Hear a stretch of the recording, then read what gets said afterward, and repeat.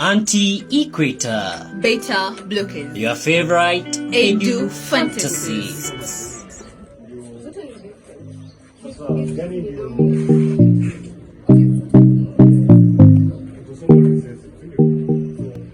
The Pearl of the Week, the Hutchinson-Gilford progeria syndrome, HGPS. Did you know that Hutchinson-Gilford progeria syndrome, abbreviated as HGPS, is the rarest genetic disorder in the whole world? So it is mainly found, it is an autosomal dominant disorder, and it has defects on the LMNA genes, which causes alterations in the coding for lamina A and lamina C proteins. So for HGPS, you will resemble aspects of old age at a younger age. So at the age of 2 to 4 years, a child will resemble an old man with wrinkles on the face and on the skin, hair loss, stunted growth, and the veins will protrude on the skin. So HGPS has a life expectancy of up to 14 years. But surprisingly, Tiffany Wedekind from Colombia was able to live up to the age of 44 years. So what makes it rare?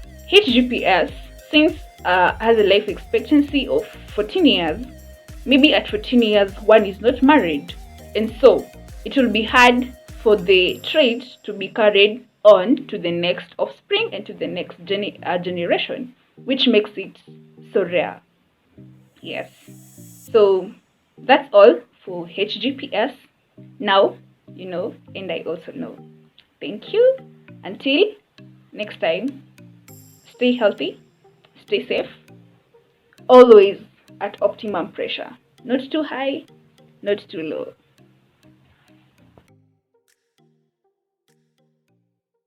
The tongue twister of the day. Anastasia and anesthetist chose anesthesia to look aesthetic. So hello guys, Benny here from Maseno University, and we have Valentine, a 5th year student, School of Medicine from University of Nairobi, and she's going to take us through the tongue twister for the day. Yeah? Hope she's ready, so let's go. Anastasia, the anesthetist, chose anesthesia to look aesthetic. 5 times. Anastasia, So hola guys, again we have our next culprit here going to take us through the tongue twister of the day. Anastasia and anesthetist chose anesthesia to look aesthetic. Twende. Anesthetist chose anesthesia to look aesthetic. Anesthesia and anesthetist chose anesthesia to look aesthetic. Anesthesia and anesthetist chose anesthesia to look aesthetic. Anesthesia and anesthetist chose anesthesia to look aesthetic. Nice. So hello guys, once again, Benny Benson Osoro from Maseno University at University of Nairobi, and we are going to get our content for the day. We are looking onto genetics mostly, and you are welcome. So we have Philip here with us, here 5 student of medicine, University of Nairobi. So Philip, hello. Hi. Are you fine? I'm fine. You? Yeah, you prepared? I'm fine also. Yeah. So that's it. Let's go to the pick of the day. So Philip, can you tell us the categories of Mendelian disorders? So Mendelian disorders are divided into autosomal dominant disorders, autosomal recessive disorders, codominant disorders, and sex-linked disorders. Yeah, thank you. So having mentioned autosomal recessive disorders, can you give us an example? So an example of an autosomal recessive disorder is sickle cell disease. Thank you. So we have sickle cell disease, thalassemia, among other diseases in the autosomal recessive diseases on the Mendelian category of disorders. So having spoke of sickle cell anemia, can you maybe tell us the pathophysiology of sickle cell anemia? So sickle cell anemia is a disorder that comes about after there's a substitution of valine and glycine amino acids on the long arm of chromosome 6 of the body. So it leads to those manifestations of sickle cell anemia. Yeah, thank you, Philip. As he has spoken, he has talked of sickle cell anemia, and now since he has brought it out, we'll venture back to hematology. Maybe Philip can tell us where sickle cell anemia belongs in categories of anemia. So sickle cell anemia is it's an hemolytic anemia. Together with, it's under the hemoglobinopathies category of hemolytic anemias. So hemolytic anemias are divided into enzymopathies and membranopathies and hemoglobinopathies. So under hemoglobinopathies is where we find sickle cell anemia and thalassemia diseases. So that's it. Thank you, Philip. Under the enzymopathies, you have the glucose 6-phosphatase dehydrogenase deficiency. Under hemoglobinopathies, thalassemia and sickle cell disease. And under membranopathies, hereditary spherocytosis, hereditary pyropoikilocytosis, and hereditary elliptocytosis, among others.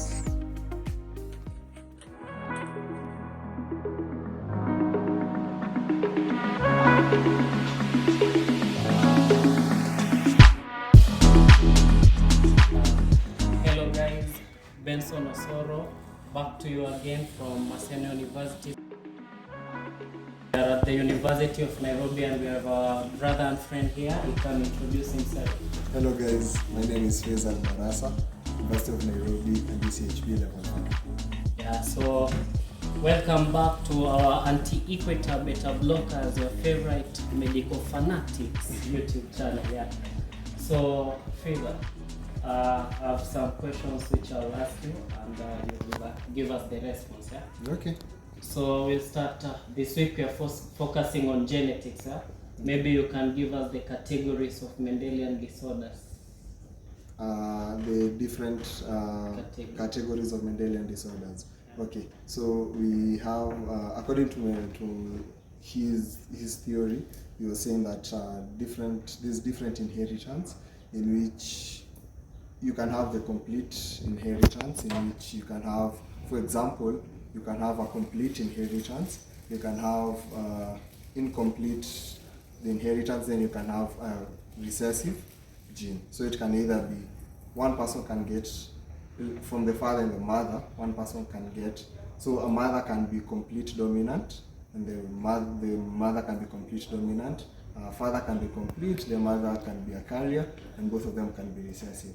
So these diseases come about from, you have that crossing, so you have 4 options, so it depends. Yeah, can have complete, recessive, or carrier. That's it. Maybe on another level of seeing it, we can have the codominant, autosomal recessive, autosomal dominant, and X-linked disorders. Yeah, so maybe let's keep that at a standstill. We can go to the next question, neoplasia. You can give us a brief summary on the differences of malignant versus benign tumors. Okay, in neoplasia, we can have two types, as you have put it, you have 2 types of tumors, yeah? And the difference between them is basically, a benign tumor means that there has been no spread.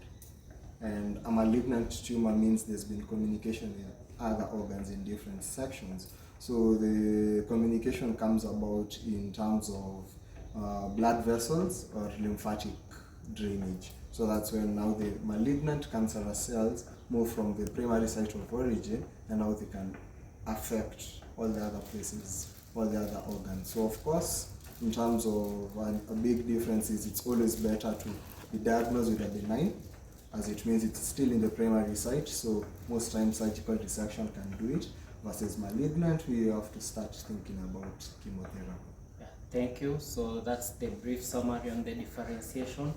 Maybe if you can add a little on differences now in terms of invasive, in terms of the invasion, yeah?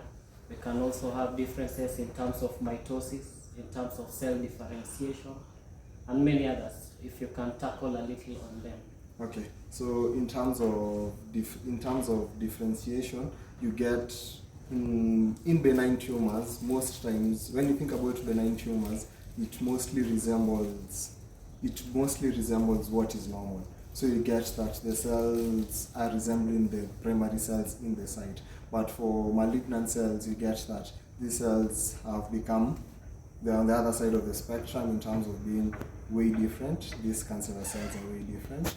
And yes, so they are highly mitotic, the malignant cells, and they're highly mitotic. They use more energy, they consume more energy, and yeah, that's what makes them to be cancerous in a bad terms, in which they can't die. They have evaded the whole cell breakdown process. Yeah, thank you so much. Now to the last bits of today's that's it. Today's content. Yeah? Okay. So I'm going to give you a clue. We have this disease. It's the rarest genetic disease. It has a lifespan of 14 years, life expectancy of 14 years. Okay. And maybe if you could have read in depth, we have one of the person who broke the record to live with it for 44 years. So the disease is HGPS. Can you give us the disease in full? HGPS. Yeah. I'm not sure. Yeah, so that's it. Thank you. The disease is Hutchinson-Gilford. HGPS, Hutchinson-Gilford progeria syndrome. That's it. Yeah. Okay, I'll read on that. The rarest disease, and in today's discovery, you'll be told it's the pearl of the day in the anti-equator Betablockers channel. It's a disease that occurs in the element A gene, where we have a defect in the coding of lamina A and lamina C proteins in the element A gene. Yeah. And it manifests with where children appear to grow, they grow fast and appear older. They grow white hairs, their skin starts wrinkling at a younger age. So that is the HGPS syndrome. That's the disease. Now, lastly, to our today's episode, the tongue twister, ndo mzito kwa yote. So, but it's kind of an easier one. Okay. So, Anastasia, an anesthetist, chose anesthesia to look aesthetic. If you can try 5 times, maybe. Anastasia. An anesthetist chose anesthesia to look aesthetic. Anastasia, an anesthetic, chose Astasia to look aesthetic. Anesthesia to look aesthetic. Oh, anesthesia to look aesthetic. Yeah. So Anastasia, an anesthetic, choose Anastasia to look aesthetic. No, a bit faster. Anastasia anesthetic, choose Anastasia to look aesthetic. Faster. Anastasia anesthetic, choose Anastasia to look aesthetic. Thrice. Anastasia anesthetic, choose Anastasia to look aesthetic. Yeah, thank you so much. So that's it, guys. Kudos, we love you from Maseno University here, University of Nairobi. Anti-equator Betablockers, your favorite medical fanatics. Cheers. Cheers. Thank you.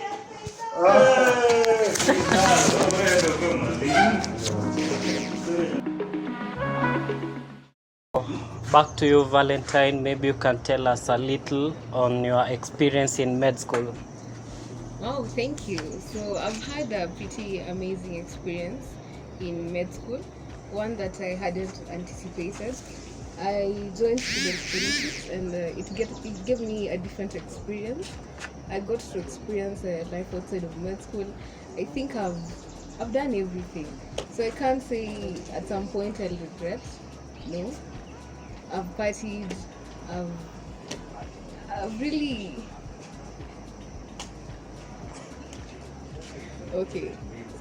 So schoolwork is pretty fine. It's always a struggle, but I think over time you get used to it. I think you get used to the pressure. You have a new threshold. Your tolerance just gets high. And I can say right now, I think in first year we used to stress a lot about exams, but right now, manze, you just realize there's bigger than that. There's more to that than just getting the stress. So yeah, it's been a pretty amazing experience for me, I can say. Thank you. Yeah.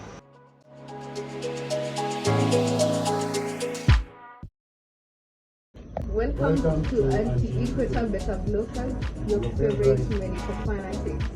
Yeah. So Betablockers, antihypertensive. Kwa hivyo tunakata pressure ya medical. Yay! Cheers. Cheers.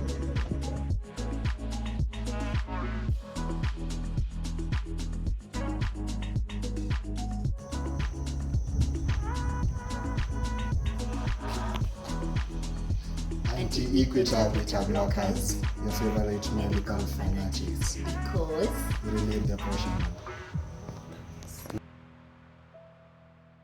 On Anti-Equator Betablockers, your favorite medical fanatics. Kurelieve your pressure, do our pleasure.